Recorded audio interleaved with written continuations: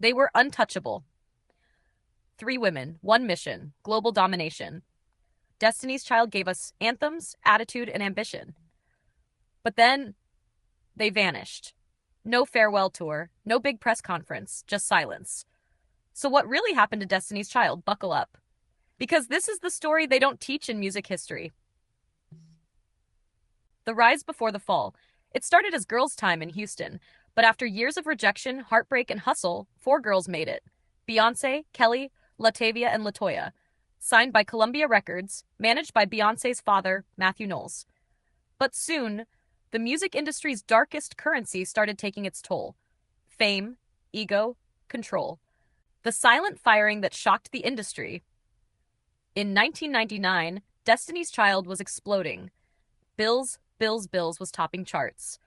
But behind the scenes, LaTavia and LeToya were pushing back. They questioned Mathew Knowles' management, alleged favoritism toward Beyoncé, unequal pay, lack of creative control, and then it happened. They watched the new Say My Name video, and they weren't in it. No phone call, no explanation, just gone.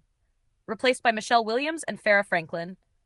Imagine being in a group and finding out you've been replaced on MTV. That moment was Beyoncé's first taste of scandal. Just months later, Farrah Franklin was out. Some say she walked, others say she was pushed. Interviews clashed, accusations flew. The label cleaned it up as creative differences. But the public was asking, is Destiny's Child a group, or is it just Beyoncé with backup singers? 2001, the group returns as a trio: Beyoncé, Kelly, and Michelle. The album is The Message. Unapologetic dominance. The sisterhood branding was strong, but behind closed doors, reports say Beyoncé's creative control was growing.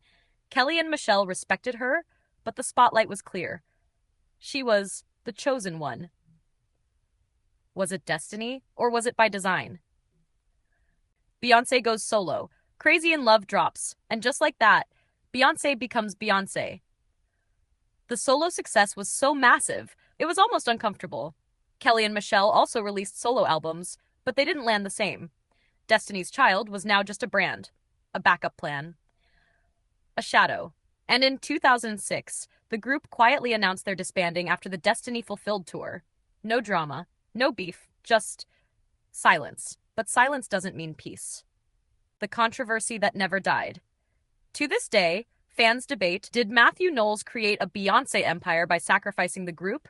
Were Kelly and Michelle given equal opportunities, or just used to prop up the Queen Bee brand? Even ex-members like LaTavia and LeToya opened up later about their pain.